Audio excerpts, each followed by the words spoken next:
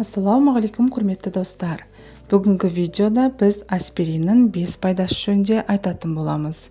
Сондықтан қызықты ақпаратты жіберіп алмай, видеоны соңына дейін көріңіздер. Ацетилсалицил қышқылы халық арасында аспирин атауымен танымал. Бас ауырса немесе тұмаудың бастапқы кезеңінде аспиринді қабылдап аурудың алдын аламыз.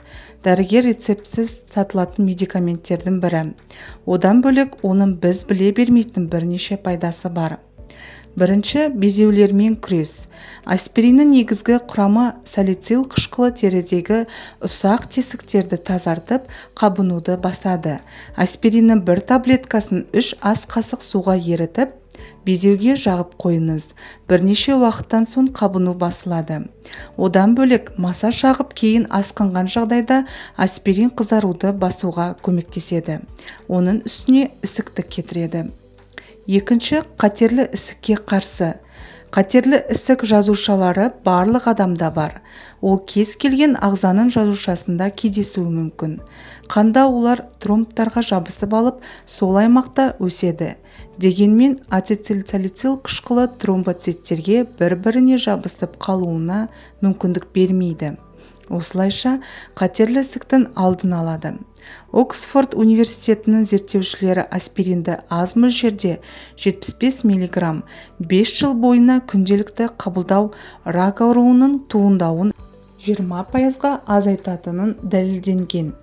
Үшінші, сүйелдік кетіреді. Сүйелдік кетіру үшін аспириннің 3 таблеткасын ұнтақтап, оны 1 ас қасық лимон шырыны мен 2 ас қасық сумен араластырасыз.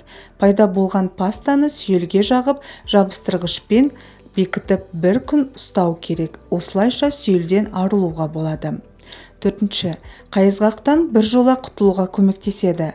Ацетилсалицил қышқылы тек безеуден арылуға септігін тигізіп қана қоймай, қайызғақтан біржола құтылуға көмектеседі. Сол себепті көптеген сусабынның құрамына кіреді.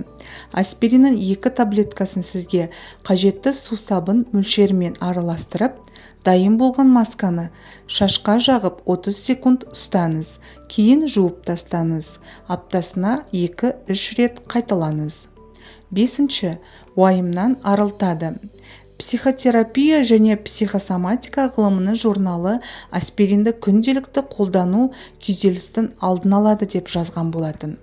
Күніне аспирин кітабының авторы Кит Соттердің тұжырымына сәйкес, оның себебі адам ағзасында жүретін қабыну үрдісімен байланысты. Даниялық зерттеушілер күйзеліс ағзаның қабынуынан туындайтынын дәлелдеген еді.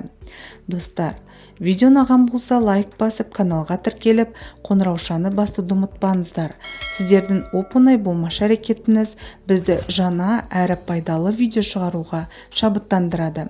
Келесі кезекте қандай видео көргіңіз келетіні жөнінде комментарийге жаза кетіңіздер. Аман, сау болыңыздар.